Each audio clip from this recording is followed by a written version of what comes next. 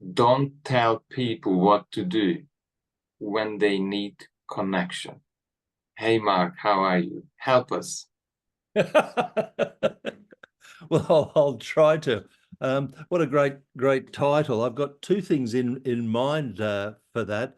And one is when we simply dismiss people's feelings. People reach out to us sometimes, and we don't mean to be rude, but we dismiss their feelings. Someone tells you about a problem, and the best we can come up with, instead of listening, instead of saying something like, "I'm really sorry to hear that," instead we say things like, "Oh, don't worry about it. It's always darkest before the dawn," or "Oh, I had that problem once. I got over it." It might be true, but it's not what people are after. What people want is for you to listen to them. They don't necessarily want you to agree. They want you to listen. They want you to connect. They want you to understand they're not going well. And the other great one is when we like to give solutions. Someone presents a problem, they haven't asked for us to give their solution, but we go, "You know what you should do?" And we've all done it. I've done it to my wife. My wife came home with she was wearing some shoes, new shoes, and she got a blister, and she was complaining, talking about the blister. You won't believe what I said. I turned around and said, "I knew you shouldn't have bought those shoes." That really hurt, yeah. It was totally dismissing her connection.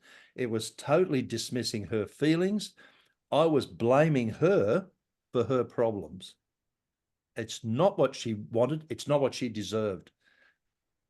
Yeah, and I wanted to add, this is sometimes a typical male problem because males are focused on solutions.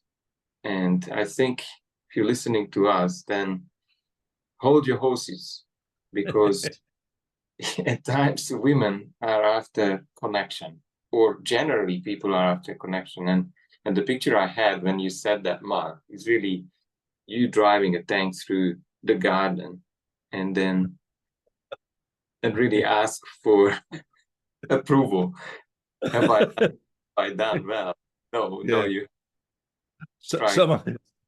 someone's reaching out for a handshake, and I just drive this through their garden of basil. Just say too bad. Flatten them out through the lawn. Yeah, that'll fix you. No, it's terrible. And it's not because we're bad people. It's because we're tired, busy, we're sloppy, and we don't think. And we say things which are really hurtful. And then the other person looks at us and we go, "What? What have I done wrong?" Well, what you did wrong was you didn't listen, you didn't think, and you didn't let the other person speak. Yes. Thanks, Mark. If you're listening to us, challenge yourself and connect to people around you, connect to their feelings, and maybe just ask them what they would love you to do now. Hold space. Do they want an idea or whatever else that is? And then they will feel acknowledged, seen, and heard, and you will build your relationships. Any last words?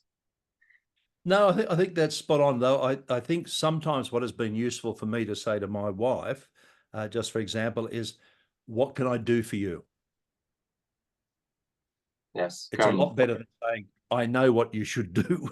I love that. Coming from a place of service. Thanks, Mark. We'll meet again in the next few weeks. Have a nice day. It's always lovely speaking to you.